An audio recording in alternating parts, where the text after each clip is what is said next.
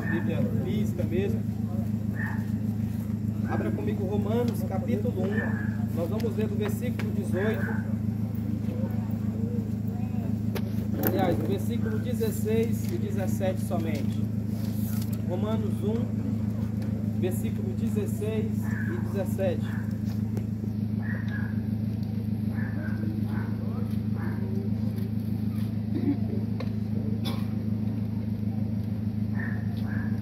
Todos encontraram? Amém? Amém. Diz assim a santa palavra do nosso Deus: pois não me envergonho do Evangelho, porque é o poder de Deus para a salvação de todo aquele que crê, primeiro do judeu e também do grego, visto que a justiça de Deus se revela no Evangelho, de fé em fé, como está escrito: o justo viverá por fé. Amém? Vamos orar mais uma vez, uma breve oração. Senhor, obrigado, Pai, por essa noite, pelo fôlego de vida, pela graça da salvação, pelo Teu Espírito Santo habitar em nós, Pai. Nos achegamos a Ti, Senhor, pedindo a Tua graça, para que o Senhor nos dê entendimento da Tua palavra, para que o Senhor ilumine as nossas mentes, para que possamos ver o agir do Senhor nessa noite, Pai, nessas vidas que aqui estão, para que possam também entender, Pai, a Tua palavra, ao ouvir o Teu Evangelho, e entender esse maior milagre pela qual necessitamos receber, que é a salvação do Senhor. Eu te peço, Pai, faz o Teu querer, opera segundo a Tua vontade, Pai, faz o Teu reino avançar. É o que eu te peço, Senhor, no nome de Jesus. Amém. Amém. Amém. Amém. A mensagem central do cristianismo é o Evangelho de nosso Senhor Jesus Cristo. A palavra Evangelho, dita aqui pelo apóstolo Paulo, onde ele diz: porque eu não me envergonho do Evangelho, palavra que significa boas novas ou boas notícias.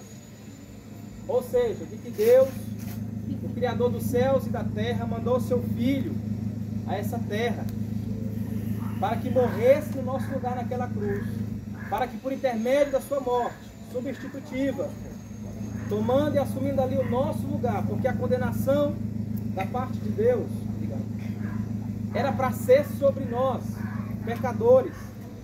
E Deus manda o seu Filho, Jesus Cristo. A Bíblia diz que ele se esvaziou da sua glória, assumiu a forma humana, e na forma humana ele se humilhou até a morte, e morte de cruz. Então o Evangelho, ele não é uma teoria, não é uma filosofia, não é qualquer outro pensamento. O Evangelho está relacionado a uma pessoa. O Evangelho fala a respeito daquilo que Jesus fez, daquilo que Jesus é. Então, quando dizemos que estamos anunciando o Evangelho, estamos anunciando a Cristo, estamos pregando o Senhor Jesus. Pregação essa que para muitos é escândalo, porque, como Paulo diz aos Coríntios, que para os gregos é loucura. Como que pode alguém pendurado numa cruz poder pagar pelos meus pecados, poder pagar por tudo aquilo que eu cometi para com Deus? Mas Paulo diz que para aqueles que creem é poder de Deus para a salvação. É o poder de Deus para aqueles que compreendem o Evangelho. Então o Evangelho é a respeito de Jesus Cristo, nosso Senhor e Salvador. Mas existe aqui algo que, para que nós possamos entender o Evangelho, nós precisamos entender quem é Deus, a sua natureza, o seu caráter. Se não entendermos quem é Deus, o Deus que é revelado nas Escrituras somente, nós não estamos falando de um Deus visto na mitologia grega ou em qualquer outra teoria. Nós estamos falando do Deus que se revela gloriosamente nas Escrituras, onde a própria palavra de Deus dá testemunho que ela é perfeita e de que ela restaura a alma. A lei do Senhor é perfeita e restaura a alma, como diz o Salmo 19, versículo 17. Quando o salmista faz isso, ele quer nos ensinar também no versículo 7 do Salmo 19, que a lei de Deus, a sua palavra, está totalmente ligada àquilo que Ele é. Para entendermos a Deus, o que Ele é, a forma como Ele se revela a nós, nós precisamos da Bíblia, nós precisamos das Escrituras. Então, quando o salmista diz que a lei do Senhor é perfeita e restaura a alma, ele está dizendo que a palavra do Senhor está totalmente, intrinsecamente ligada ao que Deus é, o caráter. A lei de Deus só é perfeita porque Deus é perfeito. O testemunho do Senhor é fiel porque o Senhor é fiel de fato. O nosso Deus, Ele é fiel. Então, para entendermos o Evangelho, para compreendermos o Evangelho, nós precisamos ir para a revelação de Deus. A Bíblia, a palavra do Senhor. Palavra essa que não é inspirada por homens, que veio da inspiração, da mentalidade, ou que subiu na mente desses autores e eles redigiram, porque são quase 40 autores e todos eles viveram em épocas totalmente diferentes, em continentes diferentes, em situações diferentes. E como que pode um livro como esse falar a respeito da mesma coisa, apontar para o mesmo significado, para a mesma pessoa que é Cristo? Por isso que Paulo, em 2 Timóteo, capítulo 3, versículo 15 e 16, ele vai dizer que toda a Escritura é inspirada por Deus e apta para o ensino, para a correção, para a repreensão, para a educação na justiça. Verdade. A fim de que o homem seja perfeito e perfeitamente habilitado para toda boa obra. Paulo não diz que é somente uma parte dela, ou que só é o Antigo Testamento ou o Novo Testamento. Paulo diz que toda a Escritura, os 66 livros, é inspirada por Deus. É como se o próprio Deus, a palavra inspirado, o seu significado, é como se Paulo estivesse dizendo, é como se o próprio Deus tivesse soprado as palavras no ouvido dos profetas, dos apóstolos, daqueles que redigiram o Santo Livro. Então, para compreendermos a Deus, nós precisamos da palavra. E para entender o Evangelho de Jesus Cristo, nós precisamos nos voltar para a palavra de Deus. Então a primeira coisa que precisamos entender é esse Evangelho, na qual o apóstolo Paulo fala com toda a autoridade do Espírito Santo, a qual ele diz que eu não me envergonho do Evangelho de nosso Senhor Jesus Cristo. Nós precisamos entender o caráter desse Deus. Nós precisamos entender o porquê precisamos de um Salvador. Nós precisamos entender o porquê que necessitamos de um mediador. Como Paulo diz que o único mediador entre Deus e os homens é Jesus Cristo, o homem. Então qual a necessidade de um mediador? O porquê de um Salvador? O porquê que eu preciso me arrepender dos meus pecados? O porquê que eu preciso confessar com minha boca Cristo e crer no meu coração para a justificação? Nós só iremos entender essa necessidade do Evangelho quando compreendermos quem é o Deus das Escrituras, quem é o Deus revelado na palavra. É importante entendermos que Deus é santo. Quando fala do caráter de Deus, fala das características, dos adjetivos, das qualidades de Deus. E Deus, Ele é santo. E significa dizer que Deus é santo? Significa dizer que Ele é separado. Significa literalmente dizer que Deus está aquém da sua criação, está acima daquilo que foi criado, porque tudo Ele fez e o fez perfeito, pelo poder da sua palavra somente. Mas a criação, ela não está acima do Criador. Deus é soberano e sustenta todas as coisas pela sua palavra. E dizer, como a Bíblia diz, que Ele é santo, né? Quando vemos a repetitividade desse atributo na Bíblia, como diz Isaías 6, quando ele viu a glória de Deus no ano da morte do rei Uzias, ele diz que viu o Senhor assentado sobre um alto e sublime trono, e o seu séquito enchia o templo no qual ele estava. E havia sobre o trono do Senhor serafins, e cada um tinha 6 asas, com 2 cobriam os pés, com 2 cobriam o rosto, e com 2 voavam. E clamavam, cantavam uns aos outros, dizendo: Santo, Santo, Santo é o Senhor dos exércitos. Toda a terra está cheia da sua glória. Amém. Nós bem sabemos que a nossa geração e que muitas pessoas, que até nunca nem leram a Bíblia, elas entendem e sabem que Deus é amor. E às vezes muitas dessas pessoas têm um entendimento equivocado acerca do amor de Deus. Porque o amor de Deus não faz vista grossa quanto ao pecado.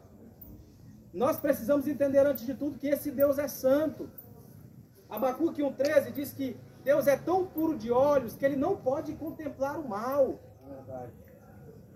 E nós precisamos entender outra coisa relacionada à santidade de Deus. Porque no princípio, como nos diz Gênesis, no capítulo 1, versículo 27, que Deus nos fez conforme a sua imagem e semelhança. O que é que significa dizer, ou o que é que significa ter a imagem e semelhança de Deus? No princípio, Deus nos fez conforme a sua imagem e semelhança. Nós tínhamos também esses atributos comunicáveis de Deus, como santidade, justiça. Não havia pecado no período de Adão e Eva. Deus fez o homem perfeito, compartilhando do seu caráter, daquilo que ele é, da sua santidade, do seu perfeito amor, da sua perfeita justiça. Mas nós entendemos também que não ficou dessa maneira. Deus deu um mandamento a Adão e Eva, no capítulo 2, versículo 17 de Gênesis. Aqui, eles não comessem do fruto do conhecimento do bem e do mal. Porque no dia que eles comessem, eles iriam perecer. Havia um único mandamento, uma única ordenança. Eles poderiam comer todos os outros frutos ali do jardim do Éden. Mas o fruto do conhecimento do bem e do mal, eles não poderiam comer. Porque no dia que eles comessem, eles iriam perecer. Eles iriam morrer ao desobedecer o mandamento de Deus. E eu pergunto para vocês, quantos pecados bastaram para que Adão e Eva fossem expulsos do Éden? Apenas um pecado. Você pode até dizer que parece até algo insignificante, como que um Deus tão amoroso, um Deus tão grande, pode condenar toda uma raça humana por causa de um simples fruto sendo comido. Essa pergunta se dá porque não conhecemos o que é o pecado. Essa pergunta sobe no coração de muitos, porque o entendimento do que é pecado, muitas vezes, não é de acordo com o que a Bíblia nos ensina. João diz na sua primeira carta que o pecado é a transgressão da lei. Ou seja, nós já entendemos que a lei de Deus, ela está intrinsecamente ligada ao que Deus é, ao seu caráter, à sua natureza. Então, se o pecado é a transgressão da lei, o pecado está em oposição a Deus.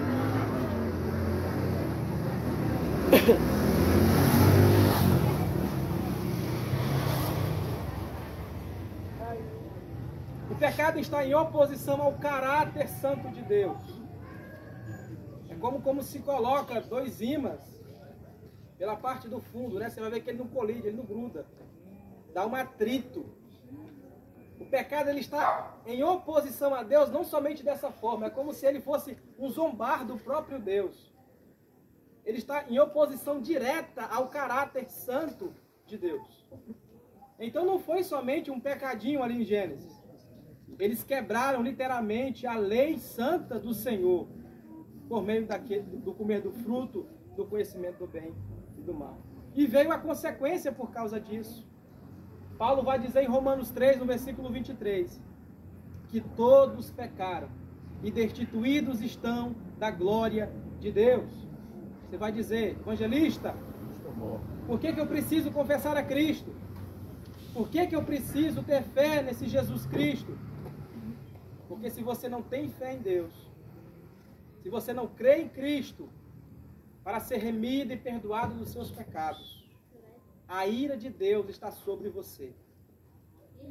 Se você for ler o versículo 18, do mesmo texto aqui que lemos, Paulo vai dizer que a ira de Deus se revela do céu sobre toda a impiedade e perversão dos homens. E quem de nós poderíamos aqui levantar a mão e dizer que não pecou hoje? Quem de nós poderíamos levantar a mão e dizer que estamos uma semana sem pecar?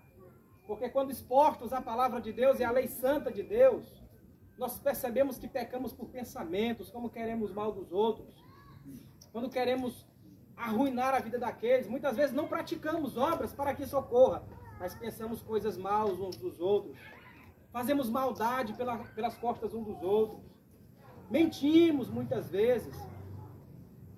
E João vai dizer que aquele que diz que não tem pecado é mentiroso. Se você já dizer que não tem pecado, você é mentiroso, e a verdade de Deus não está em você. Então ninguém pode levantar a mão e dizer que não pecou, porque com a queda todos caíram.